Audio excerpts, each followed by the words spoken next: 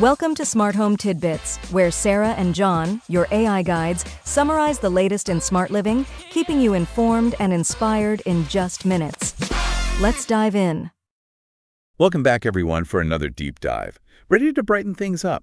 Today, we're going to be diving into the world of smart home LEDs. LEDs, huh? And more specifically, we'll be focusing on LED strips. You know, it's crazy to think how much home lighting has changed, even in just the past decade. I mean, it wasn't that long ago that we were stuck with, a single yellowish light bulb trying to illuminate an entire room. Yeah, and if you wanted to dim the lights, good luck. You were stuck with those old school dimmer switches, and even those weren't that common. And now we've got these amazing little things called LED strips. They've gone from this niche thing, just for accent lighting, to pretty much a staple in modern smart homes. They're energy efficient, affordable, and you can do so much with them. Under cabinet lighting, illuminating shelves, you can even create whole accent walls with diffused light. The possibilities are seriously endless. But with so many different types, specifications, figuring out which LED strip is right for you, it can get a little overwhelming, right? Absolutely. It's where do you even start? I've been diving into it, and I have to say, even for someone who likes to think they're pretty tech savvy, there's a lot to unpack here. I get it. It's a lot to take in at first. But that's what we're here for, right? To break it all down step by step like a workshop so you can walk away feeling confident about picking the right LEDs for your needs. A workshop approach. I love it. For our listeners who are just starting to explore the world of LED strips, what's the first thing they should know? I'd say the first thing is don't get intimidated by all the jargon. Those cryptic letters and numbers you see on the packaging, they're like a secret code, but once you crack it, a world of lighting possibilities opens up. A secret code. What's the first mystery we need to solve? The type of LED strip you're working with. And the key to that lies in those little copper connectors at the end of the strip. Okay, you mean those small metallic dots. What secrets can those possibly hold? They're like little signposts telling you what each strip can do. 2 connectors. That's your basic single-color white LED strip. Great for simple illumination, like under cabinet lighting, where you don't need a lot of bells and whistles. So it's a reliable, no-frills option, just a touch of light without getting too fancy. What about 3 connectors? What's the code there? 3 connectors, that means you've got yourself a CCT strip. CCT? It stands for correlated color temperature. These strips let you tune the white light from warm to cool. Ah, so switching from that cozy yellowish light in the evening to a crisper, more energizing white for working. You got it. Perfect for spaces where you want to adjust the mood throughout the day. Now, if you see 4 connectors, get ready for some fun because that's an RGB strip. RGB as in red, green, blue. You got it. These strips open up a world of color-changing possibilities. Want to bathe your living room in a soothing blue? Go for it, feeling like a vibrant red for a party. RGB's got you covered. So RGB is like having a rainbow at your fingertips. It is. It is. I like it. What about 5 connectors? What secrets does that unlock? 5 connectors usually means it's an RGBW strip. Essentially, it's an RGB strip, but with a bonus, a dedicated white LED. Okay, so why the extra white LED? Why not just stick with the RGB for all things white? Good question. While you can technically mix white using RGB LEDs, it often doesn't have that pure, true white feel. The dedicated white LED in an RGBW strip gives you the best of both worlds. Vibrant colors and a clean, crisp white when you need it. So it's like having your dedicated white light for everyday use, and then the option to spice things up with colors for special occasions. Gotcha. And 6 connectors. That's you were calling it the Holy Grail earlier. Color and white temperature control all in one. Yeah. Sounds like the ultimate in LED strip versatility. It's true. It's true. But how do we know which strip is right for a specific project?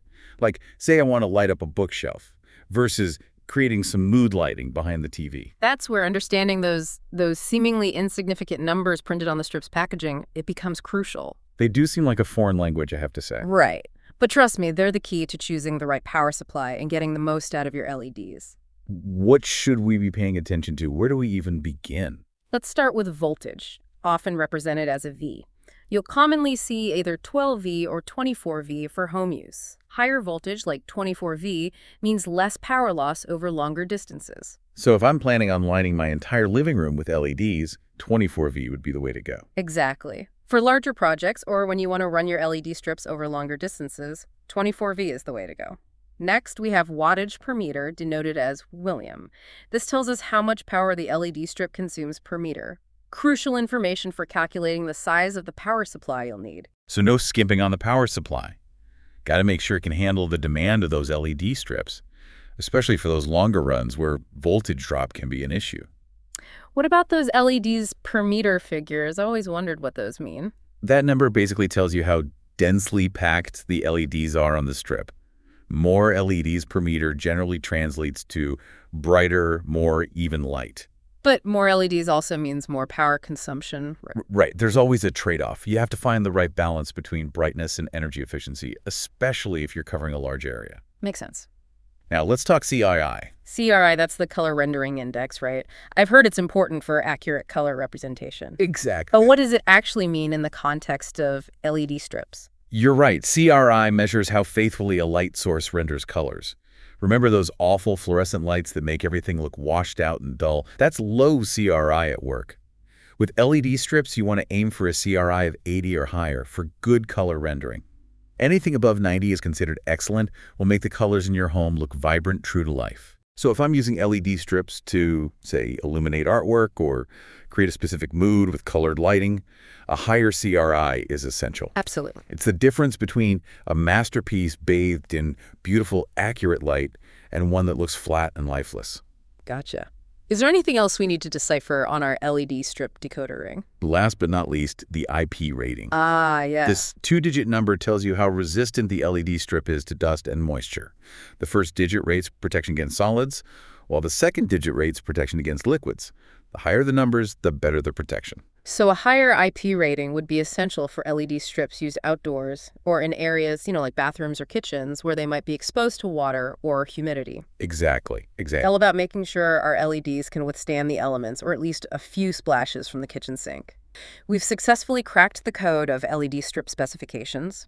Now that we're fluent in voltage, wattage, and IP ratings, let's move on to the power behind these lights, literally. You're talking about power supplies, the unsung heroes of the LED strip world. Trust me, they're just as crucial as choosing the right strip itself. It sounds like choosing the right power supply is just as important as picking the right LED strip in the first place. Yeah. What do we need to keep in mind to avoid those, rookie mistakes like ending up with dim LEDs or even worse, frying our entire setup? Absolutely. Probably the biggest mistake is underestimating the power requirements of the LED strips. Okay. You get an underpowered supply, and you're going to have flickering, inconsistent brightness, could even damage the LEDs over time. And that's where those wattage per meter numbers we talked about, they come in handy. It's like trying to power a thirsty appliance with one of those tiny little coffee stirrer straws. Exactly. You need to make sure the power supply can handle the load. So how do we actually calculate the power supply size we need? Well, you need to multiply the wattage per meter of your LED strip by its total length in meters. So that'll give you the total wattage the strip needs. And then, this is important, choose a power supply with at least 20% more wattage than that calculated total. So you're saying if my LED setup needs 100 watts, I'd go for a 120-watt power supply? At least, yeah. Gotcha. Give yourself that buffer, like having a backup generator, but for your lights. Exactly. You don't want to be caught out. Okay. So we've got our LEDs, we've cracked the codes, we've even got the power situation sorted.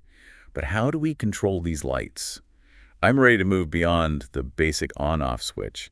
Let's talk ambiance. That's where controllers come in. Ah, yes. Think of them as the conductors of your LED orchestra. They let you fine-tune brightness, create color changes, even program some really cool lighting effects. So we're talking dimming the lights for movie night, switching to a party mood with some vibrant colors, or maybe even waking up to a gentle sunrise effect. You got it? Nice. We'll start with analog dimmers. They're simple and work with any compatible dimmable power supply. Offer smooth brightness control. So great for setting the mood, but maybe not ideal if you want those super intricate lighting designs. Right. For that, you'd want a smart controller. They're like the Swiss Army knives of LED control. Brightness, color, schedules, timers. You can even integrate your LEDs with your whole smart home setup. Whoa, okay, so I could have my lights turn on slowly as I wake up, dim automatically for movie night, even sync with my music for a party. Exactly. And when it comes to smart controllers, there's one brand I'm a huge fan of, Shelly. Their devices are super user-friendly, integrate seamlessly with all the popular smart home platforms, and they're just really reliable. I've heard great things about Shelly. Always seem to be pushing the boundaries. And speaking of pushing boundaries, You teased these digital LED strips earlier. What makes them so special? How do they differ from the analog ones we've been talking about? Digital LED strips are a game changer. Unlike analog strips, where you're controlling the entire strip as one unit, with digital, you can control each individual LED. Hold on. You can control each LED Individually. individually. That's amazing. What kind of effects are we talking about here?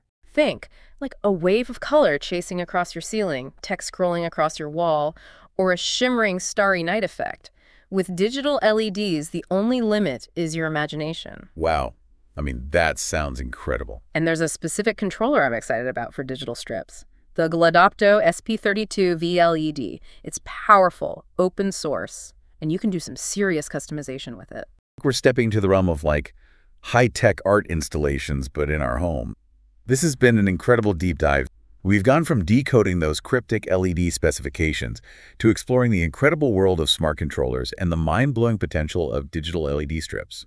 I think it's safe to say that LED technology has come a long way from those basic single-color bulbs. It really has. For our listeners, as you embark on your own LED adventures, remember those codes we talked about? Calculate your wattage wisely, and don't be afraid to play around with colors, effects, and get creative with those smart controls. Until next time, happy lighting. Thanks for tuning in to Smart Home Tidbits. Join Sarah and John next time for more smart insights.